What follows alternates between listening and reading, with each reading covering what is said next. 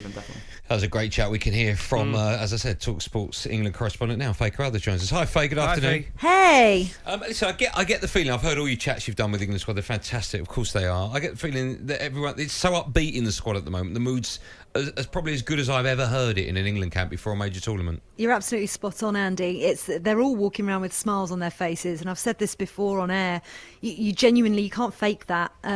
Jack Grealish and Declan Rice turned up together just after Conor Cody had sat down, and they were laughing and joking, walking to the press conference, messing around, and then Jack Grealish was up against a member of the media. I've been talking about this darts competition that's going on, England versus the media, and Jack won. So they're 2-0 up now because Gareth Southgate won yesterday as well. And Declan was just taking the mickey out of him and how he was holding his darts and what he was doing and trying to count it for him and telling him which way to go. They genuinely all get on. They all talk about the fact that they love coming to England camps now because they're all mates. So they're meeting up with their mates, they're training with their mates, and they go to work with their mates effectively. And you can definitely tell that. Well, one thing about Conor Cody, there's always an energy in his voice. He's always talks with serious pride. I remember his debut and him going and talking about, I think it was with Carragher. Was that after the Denmark, or was that after his goal versus France? But he was man of the match on his debut, and I think it's not a surprise to me, but he's actually in the squad. And I think we're talking about him now, Faye. You know, I believe he'll start England's first game in central defence, especially with Maguire out. He could potentially. I talked to him about the defensive situation and the lack of Harry Maguire and what that means for the dynamic. We've talked so many times before about formations and things with him as well, and they're ready to play any formation. And Gareth himself has talked about the fact that they have to be fluid and they change within a game as well, which you see all the time.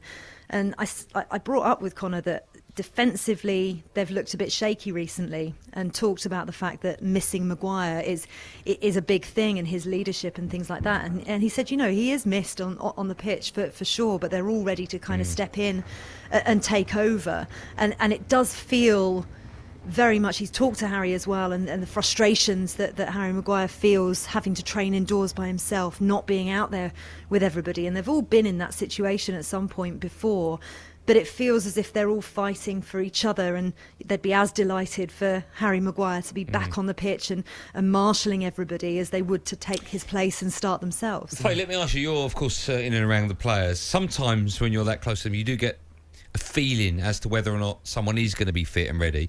So I've got two questions for you. One, do you have that feeling about Harry Maguire? Do you think he's going to... Just personally, there's no right or wrong answer, but from what you're picking up when you're around the team. And also, do you think that it's dependent on whether he plays as to England will play with a back 3 or 4? So if Maguire plays, do you think we'll play as a 4? And if he doesn't, do you think we're more likely to play with 3? Potentially. I think all of those players can do a job in either formation with or without Harry Maguire. It kind of points to a back 3 against Croatia anyway, because they're arguably the biggest threat in the group, first and foremost.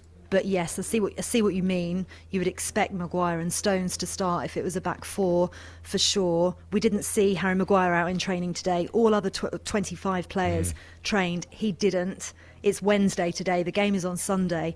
I genuinely can't see him starting against Croatia on Sunday, and certainly the signs don't look right. You know, we might have the wool pulled over our eyes and he turns up 15 minutes after our open training that we've watched and he's out there kicking a ball. We don't know.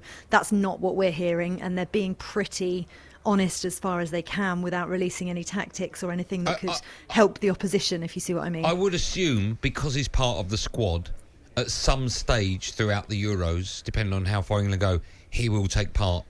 Yeah, I think that's a good assumption to make. Gareth Southgate wouldn't have brought him otherwise. No. Equally, he's been very honest with the fact that perhaps Jordan Henderson and Harry Maguire may not have been included had it just been a squad of 23 and not one of 26, because it just gives him a little bit of leeway. Faye, loving your work as always. Thanks so much for your time. Thanks, Speak to you. I look forward to listening to you as well throughout the week on talkSPORT. There you go, talkSPORT's England correspondent Faye Carruthers.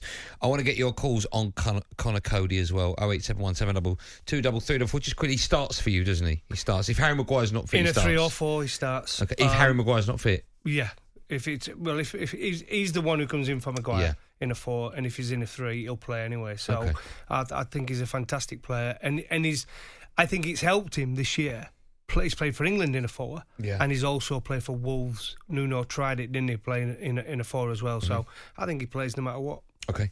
You can have your say on that. Connor Cody, yes or no? 08717 223344. You listen to Drive on talkSPORT in association with Paddy Power.